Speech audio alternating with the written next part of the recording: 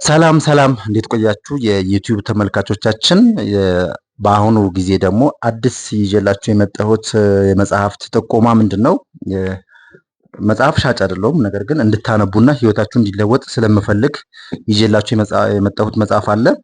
የአገልጋዮችን ወይም ደግሞ በእግዚአብሔር ፊት ምናልባት የእግዚአብሔር ሰዎች የምንላቸውን በእግዚአብሔር ፊት በህይወት ዘመናቸው እግዚአብሔርን አገልግለው ያለፉ ሰዎች ህይወት ታሪክ ማንበብ የምትፈልጉ ሰዎች እነዚህ መጽሐፍት ካላነበባችሁ እንግዲህ ህይወት ታሪካቸውን አላገኛችኋቸውም ብዬ አስባለሁ። ኢትዮጵያ ውስጥ በተለይ በአማርኛ አንባቢ ለሆናችሁ ለመጠቆም ነው የመጣሁት። እነዚህ መጽሐፍት አንድ በአንድ አሳያችኋለሁ። እነዚህ መጽሐፍት ማንበብ አለባችሁ ብዬ ስላሰብኩ ነው ይዤላችሁ የመጣሁት። በመጀመሪያ ደረጃ የማቀርብላችሁ መጽሐፍ ይሄኛው መጽሐፍ ነው። የእግዚአብሔር ጀነራሎች የሚል መጽሐፍ ነው። ይህ መጽሐፍ በሮበርት ሊያርደን በመንፈስ ቅዱስ ምሪት በእግዚአብሔር ምሪት የተጻፈ የአገልጋዮች የህይወት ታሪክ ነው።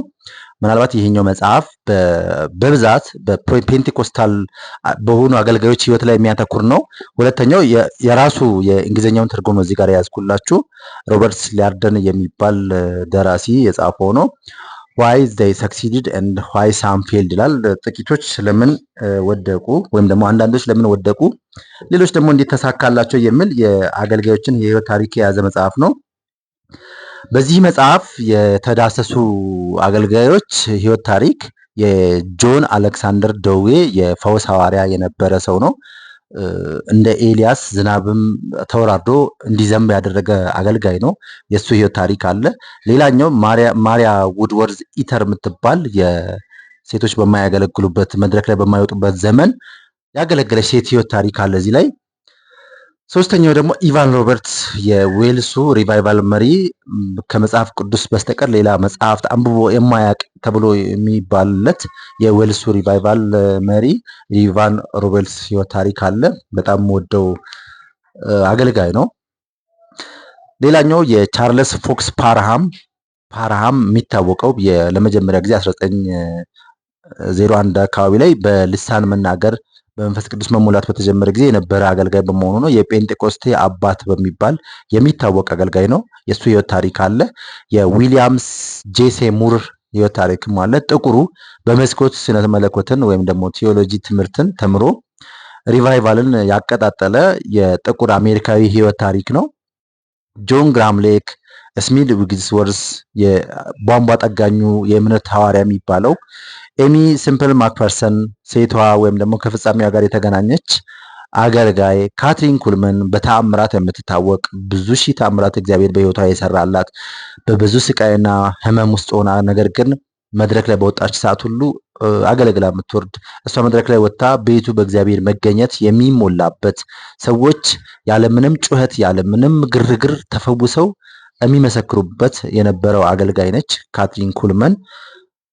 ዊሊያም ብራንሃም ታዋቂው የምልክትና የድንቅ አገልጋይ፣ ጃኮ አወዛጋቢው የእምነት ሰው፣ አሳ አሎንዞ አለን የተአምራት ሰው።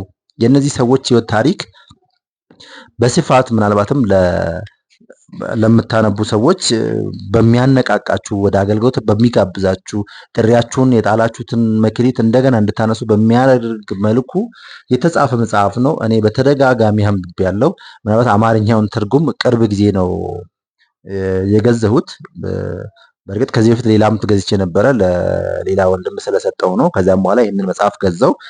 እኔ ጋር ረጅም ጊዜ የቆየው የእንግሊዝኛው ትርጉም ነው። ከ2008 በኢትዮጵያ ጀምሮ እስከ ዛሬ እስከ 2018 ላለፉት 10 ዓመታት እኔ ጋር ነበረ። ይህ መጽሐፍ ስንት ጊዜ እንዳነበብኩት አላቅም። በተደጋጋሚ ብቻ ባስፈለገኝ ሰዓት ሁሉ ሄጄ እያነበብኩ ከድካሜ የምነቃቃበት ከመጽሐፍ ቅዱስ ቀጥሎ ከምጠቀማቸው መጽሐፍት ውስጥ ያለ መጽሐፍ ነው። በጣም ወደው ህይወት ታሪክ ያለበት መጽሐፍ ነው ከነ ፎቶግራፎቻቸው።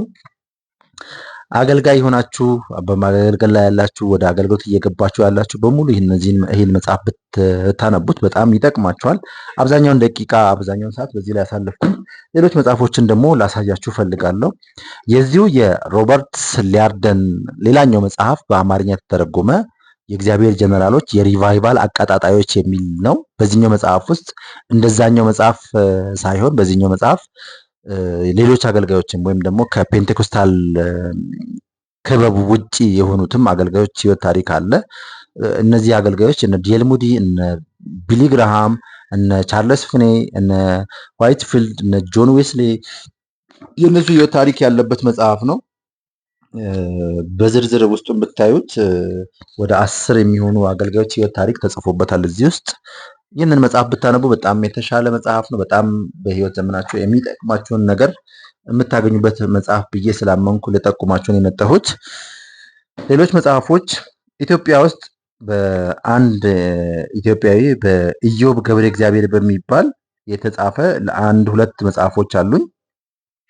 እነሱን መጽሐፎች እግረ መንገዴን ማሳየት ፈልጋለሁ። አንደኛው መጽሐፍ ይሄ ነው፣ ብርቅዬዎቹ የወንጌል አርበኞች የሚል። እኔ በጣም አመሰግናለሁ ኢዮብ ገብረ እግዚአብሔር፣ እግዚአብሔር ይባርክ። ይሄ ትልቅ ስራ ነው፣ በጣም ትልቅ ስራ ነው። ለገንዘብ የሚሰራ ስራ አይደለም። ይሄ ለብዙ ሰዎች እንደሚጠቅም አምናለሁ፣ እኔም ተጠቅሜበታለሁ። እዚህ መጽሐፍ ላይ ከገጹ ላይ ይሄ ሽፋኑ ገጽ ላይ ወይም ከቨር ፔጁ ላይ የቻርልስ ፍኔ፣ ሃድሰን ቴለር፣ ጆን ካልቪን፣ ካትሪን ቡዝ፣ ዊሊያም ቡዝ፣ ዊሊያም ኬሪ፣ ቻርለስ ስፐርጅን፣ ሳሙኤል ሞሪስ፣ ማርቲን ሉተር፣ ዲኤል ሙዲ፣ ጆርጅ ሙለር፣ ኤሚ ካርሚካኤል፣ ቢሊ ግራሃም፣ ቢል ብራይት፣ ሬይራንድ ቦንኬ፣ ጆን ኒውተን፣ ጆን ዊክሊፍ፣ ጆናታን ኤድዋርድስ፣ ሱንዳር ሲንግ ሂንዳዊው፣ ጆን ዌስሌ። እነዚህ አገልጋዮች ህይወት ታሪክ በዝርዝር ከነጸሎት ህይወታቸው በምን መልኩ ዋጋ እንደከፈሉ ለክርስቶስ ለወንጌል እዚህ ላይ ተቀምጧል። ይህን መጽሐፍ እያነበባችሁ እንደነበራችሁ እንደማትቆዩ ተስፋ አድርጋለሁ። በጣም ጠቃሚ መጽሐፍ ነው። አግኝታችሁ እንድታነቡት እጋብዛችኋለሁ። የዚሁ የኢዮብ ገብረ እግዚአብሔር ሁለተኛው ቅጽ ሌላኛው መጽሐፍ ደግሞ ይሄኛው ነው፣ ብርቅዬዎቹ የወንጌል አርበኞች። እዚህኛው መጽሐፍ ላይ አዶሪናም ጄሰን፣ አንድሪው ቢጄ፣ ቻርለስ ኮልሰን፣ ፓውል ብራንድ፣ ኤልሳቤጥ ግራኒ፣ ኤቨርት ስዊንሰን፣ ጃን ሃስ፣ ጆርጅ ዋይትፊልድ፣ ጆርጅ ሞሪጋን፣ ፋኒ ክሮቢክስ፣ ጆን ሃይዲ፣ ሎረን ክኒንግሃም፣ ሜሪ ስሌሰር፣ ሮበርት ፒየር፣ ዊሊያም። እነዚህ አገልጋዮች ህይወት ታሪክ በቀላሉ በተለያዩ ሶሻል ሚዲያ ወይም ደግሞ በኦንላይን ከምታገኟቸው በተሻለ መልኩ በደንብ ተሰናድቶ የቀረበላችሁ ነውና እነዚህ መጽሐፎች እንድታነቡ ጋብዛችኋለሁ። የህይወት ታሪክ የክርስቲያኖችን ባዮግራፊ እንድታነቡ፣ የክርስቲያን አገልጋዮችን ባዮግራፊ ስታነቡት እንዳልኳችሁ ለአገልግሎታችሁ እንድትበረታቱ፣ እንድትጸኑ፣ ተስፋ የቆረጣችሁ እንድትበረቱ ያደርጋችኋል። እነሱ እንዴት ከውድቀት እንደተነሱ እንዴትም እንደወደቁ፣ አንዳንዶች ደግሞ እንዴት ጸንተው እስከ መጨረሻ እንደሄዱ ታዩበታላችሁ። ከዚህ በተጨማሪ በግል የአንድ ግለሰብ ህይወት ታሪክ የተጻፈበት አንድ መጽሐፍ አለ። የሰማያዊ ሰው ያን የሚባል በ90ዎቹ ውስጥ በመጽሔት ነበረ መጽሐፍ። የዚህን ሰው ህይወት ታሪክ የምናውቀው ቻይናዊ ነው።